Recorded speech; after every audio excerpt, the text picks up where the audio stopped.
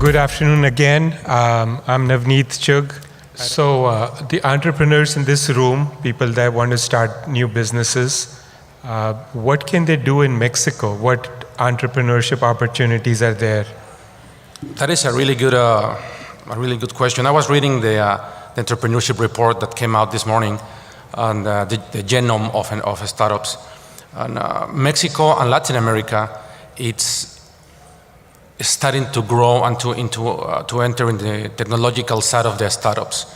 Like India, in some cases, the population in Mexico is very young, and is getting very, very fast into the technological connectivity and the internet. 60% of the people in Mexico and Latin America is connected to the internet right now. On the other hand, the financial inclusion and the access to technology in some areas is really poor. So right now, one of the most interesting things, markets that is actually mature in the rest of the world, but is fairly new in Latin America, is fintech. There's a lot of efforts in fintech in Latin America. EdTech also, which is considered also a mature sector in the startup business in the world, is growing right now in Latin America. And the top two right now that is it's a very new sector. It's AI and agri-tech. So whomever is willing to invest in Latin America, those four sectors are really, really good opportunities for them. So Javier, there's about 500 million businesses throughout the world, 33.8 million businesses in the United States, and about 65 million businesses in India. And most of these businesses, over 90% of them, are very small family enterprises. So when you meet some of these family small enterprises that are stuck at 1 million, 1.2 million for the last 10, 15, 20, 25, 30 years, what do you tell them? How do you wake them up to grow? One of the hypotheses we have is that the key element for growth is, of course, driving and hunger of the entrepreneurs. So when we approach to them, first of all, we try to convince them that the only way that the economy and their communities are going to grow is if they grow. So we came in with our group of specialists and consultants in order to diagnose and do a health check on each of these corporations free of charge. And then we tell them what are the pains that they have. And then we bring our network of specialists and consultants, and we help them to solve these issues. It's not easy, especially in family-owned businesses, but what we're seeing that out of these family-owned first, second generation companies, the second generation and third generation being now exposed to technology and to internet, they are willing to grow and to really impact the world that they are impacting in their communities. And if I want to start a business in Mexico and I'm used to entrepreneurship in the United States, what is it, 2 or 3 things that I need to watch out for or be careful about? How is it different in Mexico? It is a completely different world, actually, in Mexico compared to the US.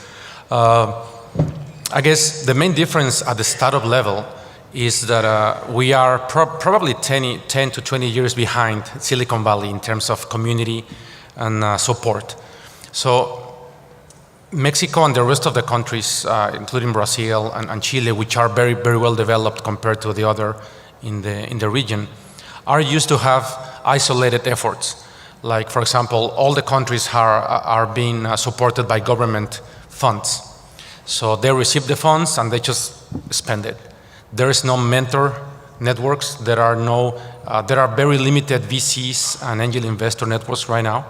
So I think one of the key elements to see it's if somebody is willing to do business in Latin America is first understand that the spirit and the DNA on the entrepreneurs is very different than the US. Latin Americans tend to be more slow in making decisions. On the other side, regulations are a big deal in Latin America, especially financial and capital investment regulations. So you've been an attorney, you know very well about that. And on the other side, one of the key situations that it's not allowing the startup scene to grow in Latin America, it's the regulations on exits. Right now, all the companies in Mexico and Latin America are private-owned companies. So going public, it's very, very hard so far. There are a lot of new initiatives from the government to allow to become public. But right now, I will say those three. Look, confirm this is a serious company, understand the differences in culture, and be aware of the financial regulations that are available in the country. So Javier, last question. We could talk for hours, but last question. People think the secret of America is democracy and capitalism and Google and Facebook and Amazon and all of this, but the reality is a secret of the United States that somehow this country has kept a secret of why it is so powerful, is the nonprofit sector of the United States.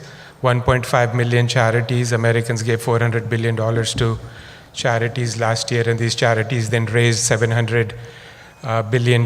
So the charity GDP is 1.1 trillion out of the 20, and it employs 10% of America. 1 out of 10 people in the United States work for a nonprofit. And you can Google any city of the 19,500 cities in the United States, top 10 employers, and I bet my life that 5 of the top 10 are nonprofits, because majority of the hospitals and colleges are nonprofit, including Harvards and Stanfords of the world.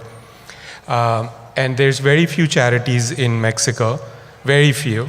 And there's an amazing number of charities in India, 3.6 million, but the annual budget is less than 5,000 for most of them. So the charity, nonprofit impact and employment in India and Mexico is very, very little. So you think your foundation, along with entrepreneurship, could also breed and inculcate the nonprofit culture to employ 10% of Mexican workers?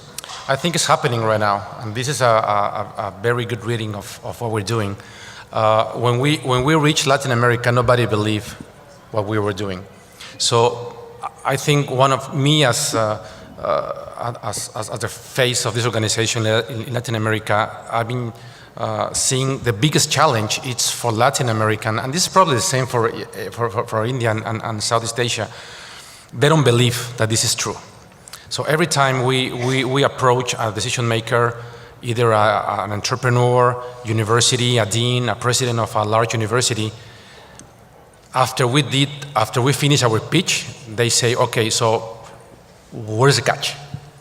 So I think, yes, I think what Wadhwani Foundation is doing, it's setting the seed of philanthropy and nonprofit development in Latin America, and especially through new blood of entrepreneurs that we are seeing raising up. Thank you very much, Javier. I don't know if you know, but TiE has arrived in life, and TiE has become very huge, and so now TiE has a big ego and demands, and so we have a new rule at TiE that if you travel 20 hours to come speak here, we give you 20 minutes. Thank you so much. Thank you.